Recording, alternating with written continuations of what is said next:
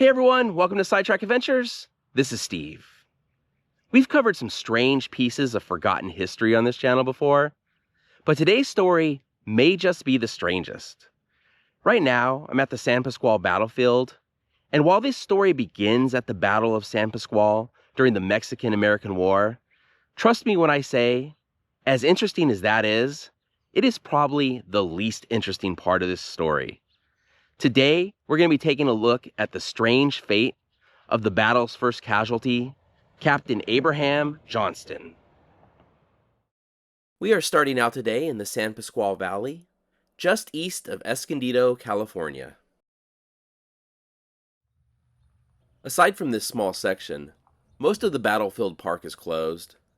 But that's okay. None of the battle took place at the park anyway. It was in the valley below us.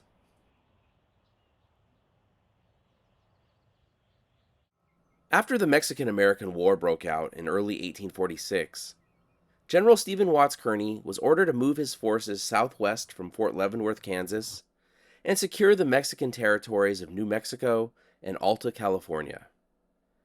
Among Kearny's forces was a 31-year-old Captain Abraham Robinson Johnston.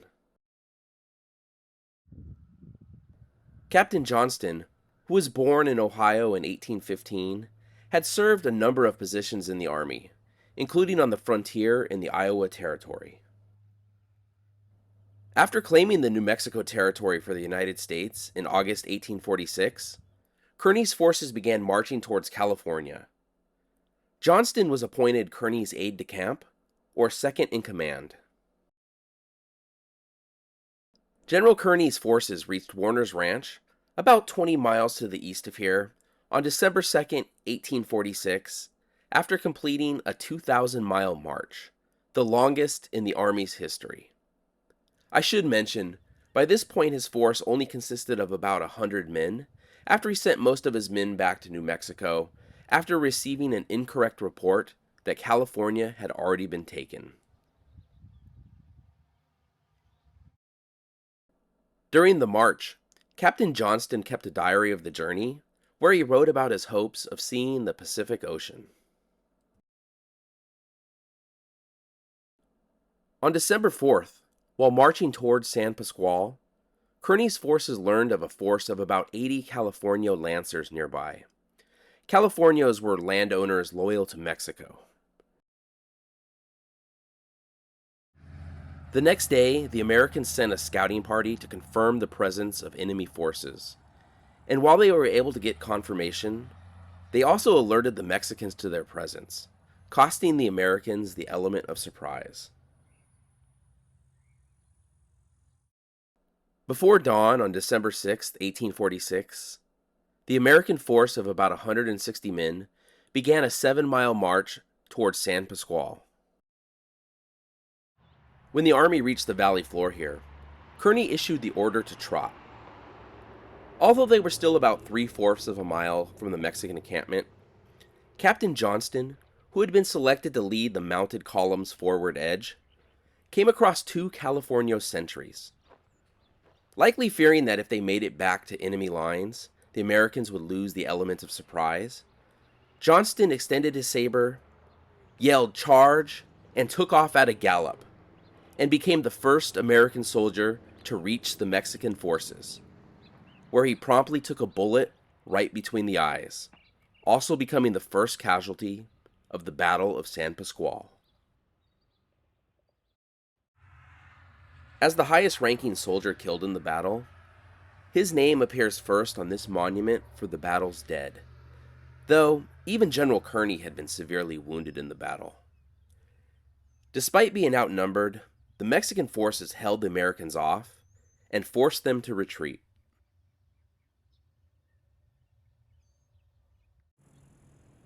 After the battle, the American forces didn't have enough healthy animals to transport their dead back to San Diego, so Kearny ordered that the dead be buried in a mass grave under a willow tree.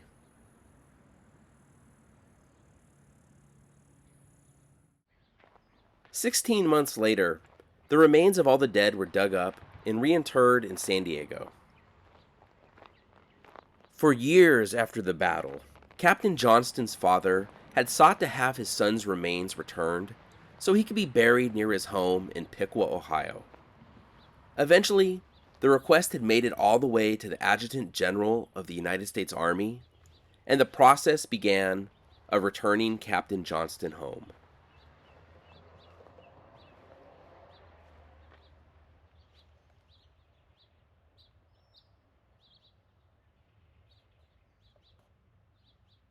Now to tell the rest of the story, we're going to have to take a little trip.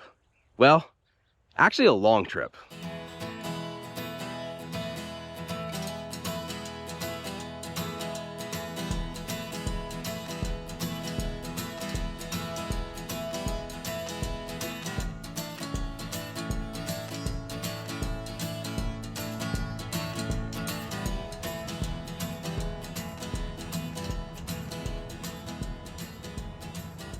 We've now traveled to Piqua, Ohio, Captain Johnston's hometown, and where his final resting place is supposed to be. And in fact, that's the Johnston family farm behind me.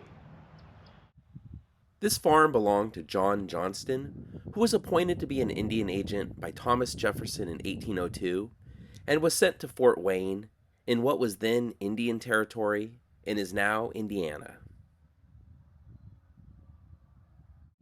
After the Battle of Tippecanoe in 1811, between the United States and natives, Johnston asked to be transferred to a new Indian agency here at Piqua. This farmhouse probably looks a lot like it would have when Captain Johnston was growing up.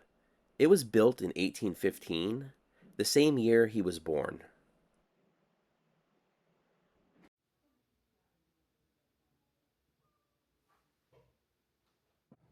We're now in the boys' room.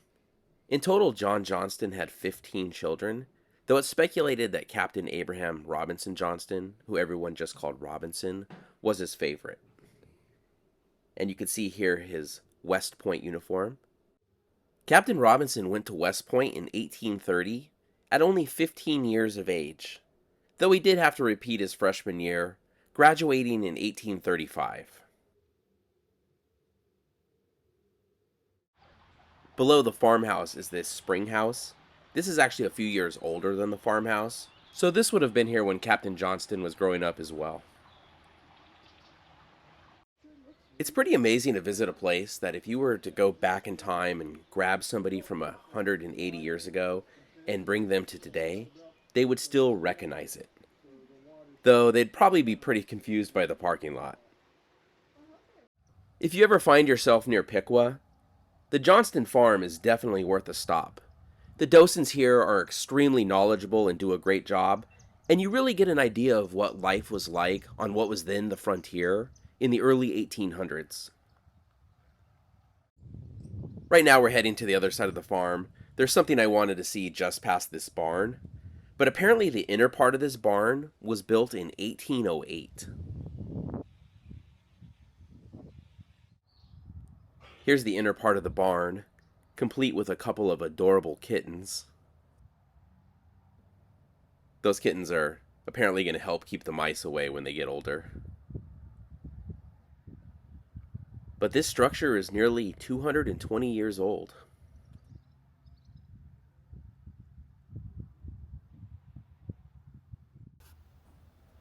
These goats are quite interested in what we're doing.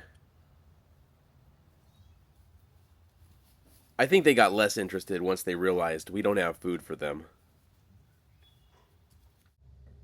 Apparently there may be some attack chickens here, but I haven't seen them yet.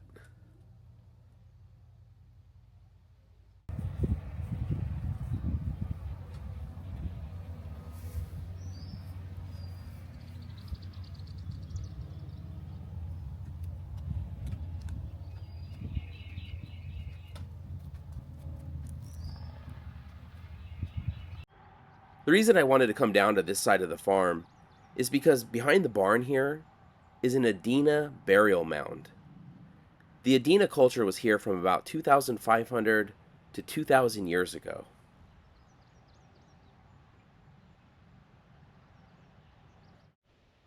I'm not sure how well this mound comes out on video, but unlike a lot of farmers of his time, John Johnston respected the remains of Native Americans and never plowed this mound to increase the size of his field, preserving it so we could see it today. Across the field from this mound is another burial site, and the main reason we came all the way out here, where Captain Johnston's final resting place is supposed to be.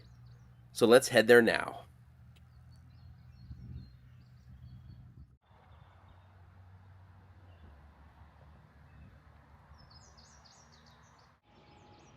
So this is the Johnston Cemetery. It was established in 1812, and it has a lot of old graves. Some of them not in the best condition. Now, I'm not exactly sure where Captain Johnston's monument is supposed to be, so let's walk around and see if we can find it. So I had mentioned that John Johnston had fought for over 3 years to get Captain Johnston's remains returned here. One of his children, Rebecca, died while he was at Fort Wayne, and after the siege of Fort Wayne during the War of 1812, the area was so badly destroyed, the location of her grave could no longer be identified.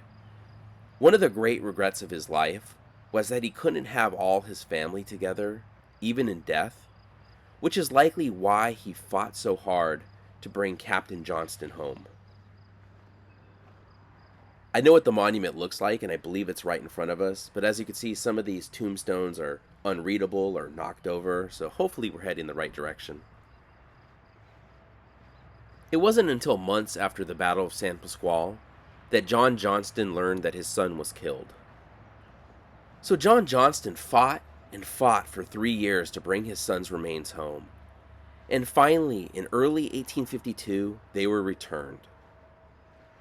Captain Johnston's funeral was held here on April 15, 1852. The pallbearers noted that the coffin seemed heavy, but he was buried here under a monument his father had built for him. And it looks like we're coming up to the monument right now.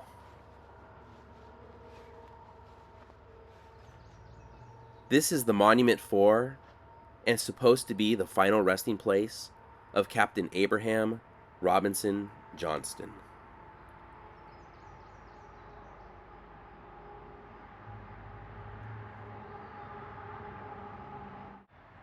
After over 170 years, the monument isn't in the best condition. It's a little hard to read, but we'll do our best.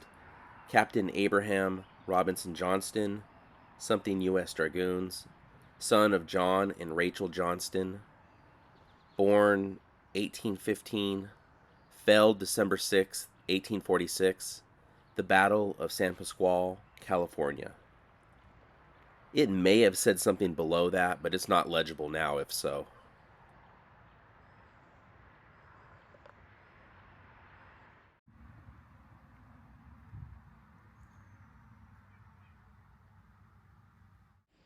Of course, we wouldn't have come all the way out here if that is where the story ended. Things are about to take a wild turn, starting about 8 months later with a murder mystery in San Francisco. On December 29th, 1852, the San Francisco Herald ran a story starting with the words, "A probable murder." The proprietor of a stove store had 3 boxes in his basement that were supposed to contain stoves. 2 did, but when the third was opened, inside was the ghastly skeleton of a man with yellowish-brown hair. At this point, you could probably guess where this is going. The next day, the newspaper ran a follow-up story stating the mystery of the dead body in the box that was supposed to contain a stove had been solved. It was an officer who had been killed at the Battle of San Pasqual. What had happened was that while Captain Johnston's body was at the Army quartermaster in San Diego, waiting to be returned here to Ohio, a fire broke out. Also at the quartermaster at the time were 3 boxes containing surplus iron stoves.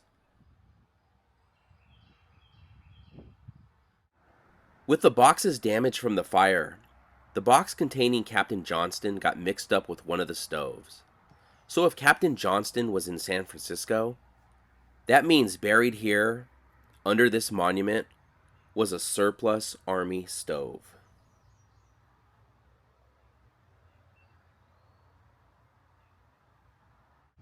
The newspaper doesn't mention Captain Johnston by name, and John Johnston died in 1861, likely never knowing that a stove was buried in his son's place.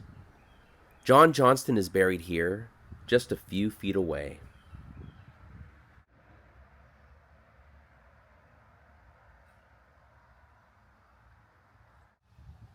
Another one of John Johnston's sons died in 1848 while in the Navy.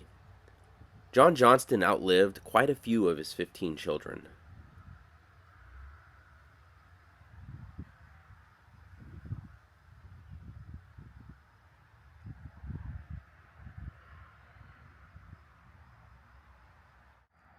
I just noticed this guy on the wall. I believe this lizard is a skink, which are supposed to be some of the fastest lizards in the world, but this one doesn't seem too concerned about us.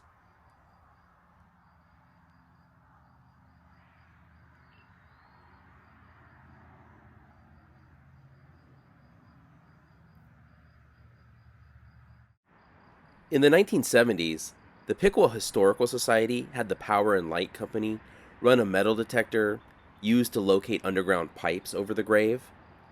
The needle went wild, indicating that there was plenty of iron down there, and all but confirming the existence of a stove.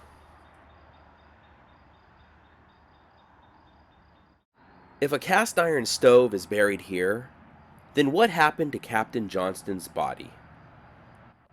Well, there's no record of it ever being returned, and the family were likely never told about the mix-up.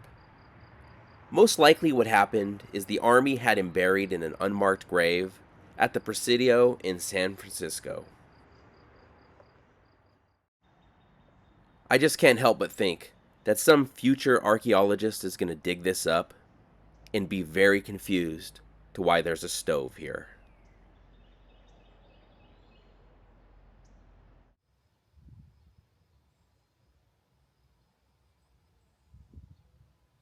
So that's our look at Captain Abraham Johnston and why there's a stove buried beneath his monument. Thank you so much for watching. If you enjoyed the video, please give it a thumbs up, consider subscribing, and we'll see you next week.